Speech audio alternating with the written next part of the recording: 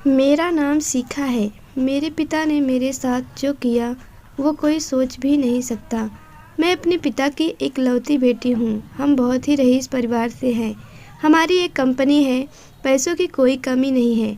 बचपन से ही मुझे ऐशो आराम की आदत है। नौकर चाकर गाड़ियाँ मेरे चारों तरफ रहती थी।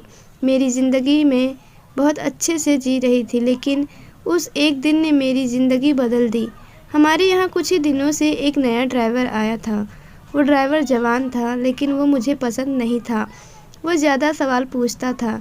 कहाँ जा रहे हो, कहाँ क्यों जाना है, इतना तो मेरे पापा मुझसे नहीं पूछते थे। एक दिन जब उस ड्राइवर ने हद कर दी तो मैंने उसे एक तमाचा मार दिया और उसे नौकरी से निकाल दिया। मैंने पापा को यह बताना ज़रूरी नहीं समझा, क्योंकि हमारे यहाँ ड्राइवर की कमी नहीं थी, लेकिन मुझे नहीं पता था कि मेरे साथ यह होने वाला है। एक दिन सुबह जब मैं उठी तो मेरे कमरे में वो ड्राइवर था। वो ड्राइवर मेरे कमरे में इतनी सिक्योरिटी के बीच कैसे आ गया, मुझे पता नहीं था। शायद मैंने उसे मारा था, इस बात का बदला उसे लेना था।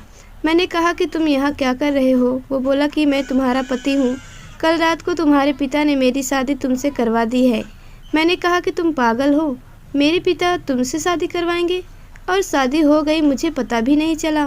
फिर उसने कहा कि मुझे पता था कि तुम यह बात नहीं मानोगी, इसलिए मैं तुम्हें तस्वीरें दिखाता हूँ। उसने अपने मोबाइल से हमारी शादी की तस्वीरें दिखाई। वो सच बोल रहा था। मैं उसके साथ मंडप पर बैठी थी। मुझे होश नहीं था और मेरे पिता भी मेरा कन्यादान करते उस तस्वीर में थे। मुझे उस तस्वीर को देखकर भरोसा नहीं हुआ कि मेरे पिता, जो मुझे इतना प्यार करते थे, वो मेरी शादी बेहोशी में मेरी मर्जी के बिना एक ड्राइवर से करवा सकते हैं। मैं उसी समय अपने पिता के पास गई। पापा को कहा कि पापा, यह सब क्या है? यह कोई नाटक है? यह ड्राइवर के साथ आपने मेरी शादी करवा दी, वो मुझे बेहोश करके। आप ऐसा कैसे कर सकते हैं? पापा ने कहा कि वो मजबूर है। मैंने कहा मजबूर? हम मजबूर हैं? इतने बड़े होने के बाद भी इसकी क्या औकात है? हम इसके आगे कैसे मजबूर हो सकते हैं? वो बोला कि ज़बान संभाल कर बात करो, अब मैं तुम्हारा पति हूँ। मैंने बोला, अब मैं इस शादी को नहीं मानती। यह कैसी शादी? यह मेरी मर्जी के खिलाफ है। वो बोला कि मर्जी तुम्हारे बाप की थी, जो इस तस्वीर में साफ दिखाई दे रहा है। वो बोला, चलो अब मेरे साथ। मैंने कहा, चलो कहाँ? यह मेरा घर है। वो बोला, नहीं, तुम मेरी पत्नी हो और अब तुम मेरे साथ रहोगी। अगर नहीं मानी तो यह तस्वीर मीडिया में जाएगी। मेरे पिता चुपचाप खड़े होकर यह तमाशा देख रहे थे। उसने मेरा हाथ जोरों से पकड़ा और खींचकर ले जाने लगा। इतनी सारी सिक्योरिटी, लेकिन कोई उसे नहीं रोक रहा था। मेरे पिता भी जैसे बुत बन गए थे। पर क्यों? मैं रो रही थी और वो मेरा हाथ खींचकर मुझे ले जाता रहा।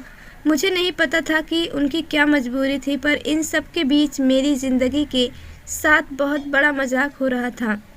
वो मुझे अपने घर में ले गया। घर नहीं, पिंजरा था, एक छोटा सा कमरा। बाथरूम के लिए भी कमरे के बाहर जाना पड़ता था। उसने मुझे कहा कि यही अब मेरा घर है, यहीं पर रहना है और खाना है। पास में भी बहुत सारे कमरे थे, उनमें भी लोग रहते थे। मैं ऐसी जगह आ जाऊं कि मुझे पता नहीं था। उसने कमरे में खाने का सामान रखा और कहा कि भूख लगी है, खाना बनाओ। एक थप्पड़ का बदला वो इस तरह लेगा, मुझे पता नहीं। मैंने कहा, मुझे खाना बनाना नहीं आता। वो बोला, ठीक है, मैं कहीं खा लूँगा, तुम फिर भूखी रहो। वो इतना कहकर चला गया। मैंने सोचा था कि मैं भाग जाऊं, लेकिन फिर सोचा कहाँ जाऊंगी, मेरे घर जा नहीं सकती। मैं वहीं रोती रही। भूखी शाम हो गई, मुझे भूख लग रही थी। ऐसी भूख मैंने अपनी ज़िंदगी में कभी महसूस नहीं की थी। मैं मेरे कमरे की चौखट पर बैठ गई, रो रही थी। पास के कमरे से एक औरत ने मुझे रोते देखा और कहा, क्या हुआ? मैंने कहा, भूख लगी है। वो बोली, इतनी सी बात। उसने अपने कमरे से एक रोटी और थोड़ी दाल मुझे दी। उसे मैंने खाया। मैंने हर तरह के पकवान खाए, लेकिन वो रोटी और दाल खाकर मुझे जो अनुभव हुआ, लगा जैसे मैंने भगवान को पा लिया हो। रात हो गई थी। वो वापस आया। आते ही उसने कमरे का दरवाज़ा लगा लिया। मुझे डर था कि वो कहीं मेरे साथ ज़बरदस्ती ना करे, लेकिन वो चुपचाप एक कोने में सो गया। इतने बड़े महल से एक कमरे में, वो भी अजनबी के साथ। मैंने सोचा कि अब मैं यह सब बर्दाश्त नहीं करूँगी। मैं उस रात सोई नहीं और सुबह उसके उठने के पहले मैं कमरे से भाग निकली। मैं अपने एक दोस्त के यहाँ गई। लेकिन जब मैं उसके घर पहुंची तो उसने मुझे दरवाजे से अंदर नहीं आने दिया। बोला कि तुम्हारे पापा का फ़ोन आया था कि अगर किसी ने तुम्हारी मदद की तो अंजाम अच्छा नहीं होगा। उसने मेरे मुंह पर दरवाज़ा बंद कर लिया। मैंने सोचा था कि वापस उस कमरे में नहीं जाऊंगी, लेकिन कुछ ही घंटों में मैं समझ गई कि मेरे लिए अभी उससे ज़्यादा सुरक्षित कोई जगह नहीं है। इसलिए मैं वापस वहीं लौट आई। मुझे वापस देखकर वो बोला, क्यों आ गई? तुम्हें मुझसे कोई बचा नहीं सकता। मैंने अपने आप को इतना मजबूर पहले कभी महसूस नहीं किया था। मैं इसी तरह से वहाँ अपना जीवन काट रही थी। मुझे वहाँ रहते अब 10 दिन हो गए थे। खाना मैं बना नहीं पाती थी, जैसा भी बनता मैं खाती थी। फिर एक दिन मैं चक्कर खाकर गिर गई और जब मुझे होश आया तो मैं अपने पिता के घर थी। सामने मेरे पापा थे। उन्हें देखकर ही मुझे गुस्सा आ गया। मैंने कहा, आप मुझे यहाँ क्यों ले आए? मुझे वहीं मरने क्यों नहीं दिया? उस कमरे में वो ड्राइवर भी था। पापा बोले, बेटा मैंने तुझे कितना समझाया लेकिन तू नहीं मानी, तो आखिरकार मुझे यह तरीका अपनाना पड़ा। तुम जिस माहौल में रहकर 10 दिन में परेशान हो गई हो, उस जगह से उठकर मैंने यह सब बनाया है। तुम्हें यह सब ऐसे ही मिल गया तो तुम्हें इसकी कोई कदर नहीं रह गई। तुम शराब के नशे में रहती हो। हमारे घर जो काम करते हैं तुम उन्हें इंसान ही नहीं समझती। कितने लोगों को तुमने मुझसे छिपाकर नौकरी से निकाल दिया। तुम्हें पता है नौकरी क्या होती है, कैसे परिवार चलता है? शायद तुम इन 10 दिनों में कुछ सीख पाई होगी।